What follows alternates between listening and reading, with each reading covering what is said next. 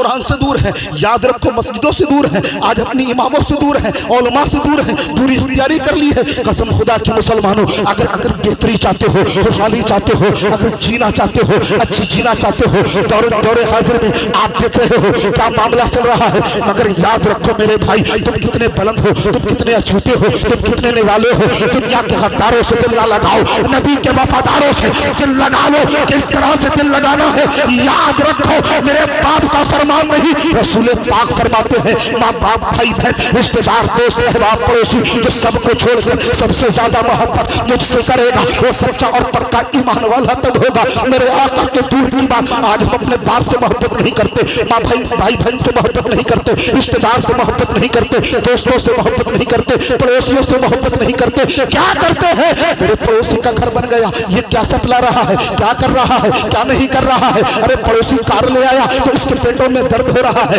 अगर किसी बहन बेटी का अच्छा रिश्ता लग गया तो पेटों में दर्द इसके हो रहा है। अगर ये अच्छा चल रहा है तो देखकर चल रहा है, इसके दिल में आग लग रही है। सुन, मेरे मुस्तफा फरमाते हैं अगर तू खुशहाली चाहता है, अच्छाई चाहता है, तरक्की चाहता है, कामयाबी चाहता है तो जलन मत रख, हसद मत रख। एक दूसरे की तरक्की से तू चले नहीं, बल्कि रब की बारगाह में तू ये दुआ किया कर, ऐ पाक परवरदिगार तूने मेरे पड़ोसी का कारोबार अच्छा किया है, इसके वसीले से मेरा कारोबार अच्छा हो जाना चाहिए। ऐ पाक परवरदिगार तूने मेरी पड़ोसी की बच्ची का अच्छा रिश्ता लगा दिया है। ऐ पाक परवरदिगार इसके वसीले से मेरी बहन का भी रिश्ता अच्छा हो जाना चाहिए। मगर ये खुराफातें, ये खुराफातें दुनिया की खुराफातें बड़ी है, मगर एक दूसरे के लिए दुआ ये नहीं करता, एक दूसरे के पीछे पड़ा रहता है। ये याद रखो, आज जमाना तुम्हें देख रहा है, मगर याद रखो तुम्हारी नजरें दुनिया की तरफ की है। मगर कसम खुदा के मुसलमानों, तुम्हें कोई मिटाने की बात नहीं कर रहा, तुम्हें कोई परेशान नहीं कर रहा है।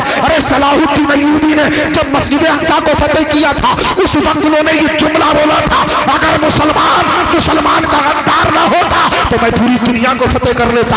याद रखो, तुम्हें मिटाने वाली कोई हुकूमत नहीं, बल्कि तुम्हें मिटाने वाला, तुम्हें खत्म करने वाला, तुम्हारे पीछे पड़ने वाला कोई और नहीं, तुम्हारा भाई।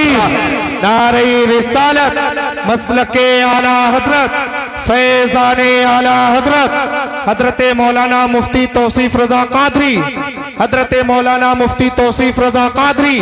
नारे तकबीर, नारे रिसालत। बहुत अच्छे माशाअल्लाह।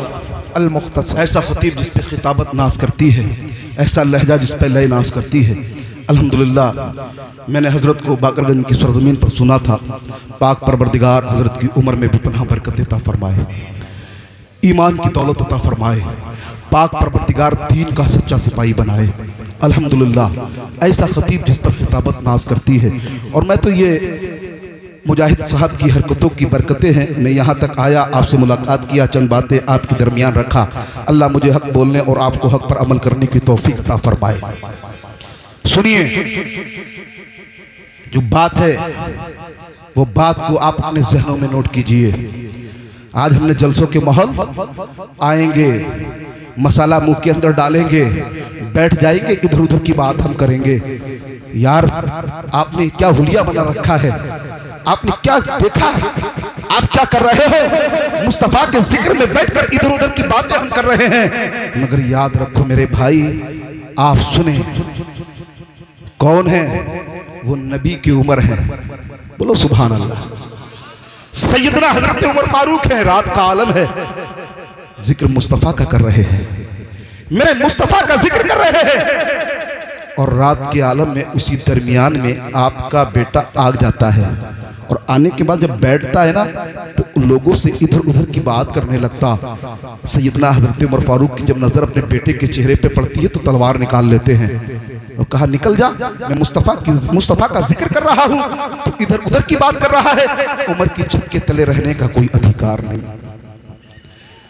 आज हम बैठकर अल्लाह और अल्लाह के रसूल का जिक्र हो रहा है, फिर भी एक दूसरे के कान में बैठ के बात कर रहे हैं, इधर उधर की बात कर रहे हैं। घर जाना है, किसकी आवाज अच्छी है, किसकी तकरीर सुननी है, किसकी नात सुननी है।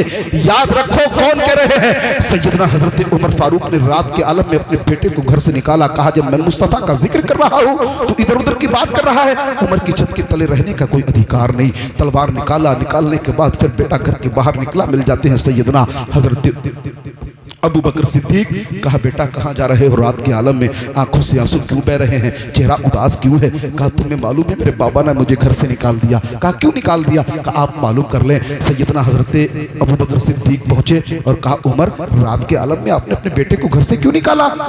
तो कहा, आप मेरी जगह होते तो क्या करते? कहा, मामला क्या है? कहा, आप मुस्तफ़ा का जिक्र करते और आपके बैठने में जो लोग मजमे में बैठे और इधर उधर की बात करते, आप क्या करते? तो सैयदना हजरत अबू बकर सिद्दीक फरमाते हैं, उमर तुमने तो तलवार ही निकाली थी, मैं तो उसकी गर्दन को तुमसे जुदा कर देता, मैं तो उसकी गर्दन को तुमसे जुदा कर देता।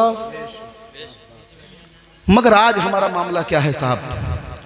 मेरे भाई, जहनों में अपने बात दुनिया की ना रखो, ये उलमा की मोहब्बत, इनकी बातों पर अमल करो। सोचो यार,